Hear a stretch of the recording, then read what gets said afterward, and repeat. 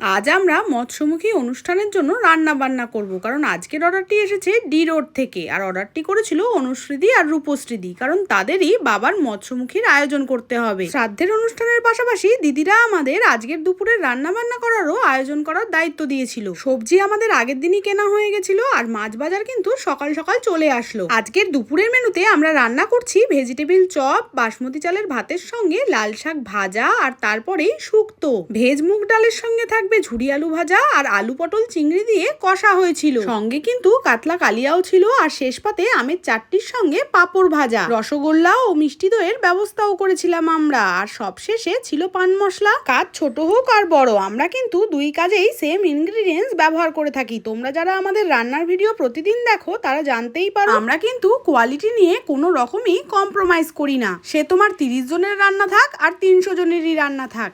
আর তোমরা যারা আমাদের কাছে খাবারের অর্ডার করতে চাইছো তারা শুধু একটু ধৈর্য রেখে আমাদের হোয়াটসঅ্যাপ নাম্বারে হোয়াটসঅ্যাপ করে রাখো। আমরা আমাদের ফ্রি সময়ে তোমাদের ঠিক রিপ্লাই দিয়ে দেব। আমাদের সমস্ত খাবার রেডি, ভাতও নেমে গেছে, তাই ডেকে নিয়েছি শিবা ভাইকে। আর ওখানে গিয়েই কিন্তু গরম গরম ভেজিটেবিল চপ ভাজা হবে, কারণ দিদিরা আমাদের সার্ভিসিং করে খাওয়ানোর দায়িত্ব দিয়েছিল। চলে আসলাম আনন্দপুরি ডি রোডে দিদিদের বাড়িতে। আর এখানে এসে আত্মীয়দের গরম গরম খাবার পরিবেশন করে খাওয়ালো আমাদের সার্ভিসের ভাইয়েরা।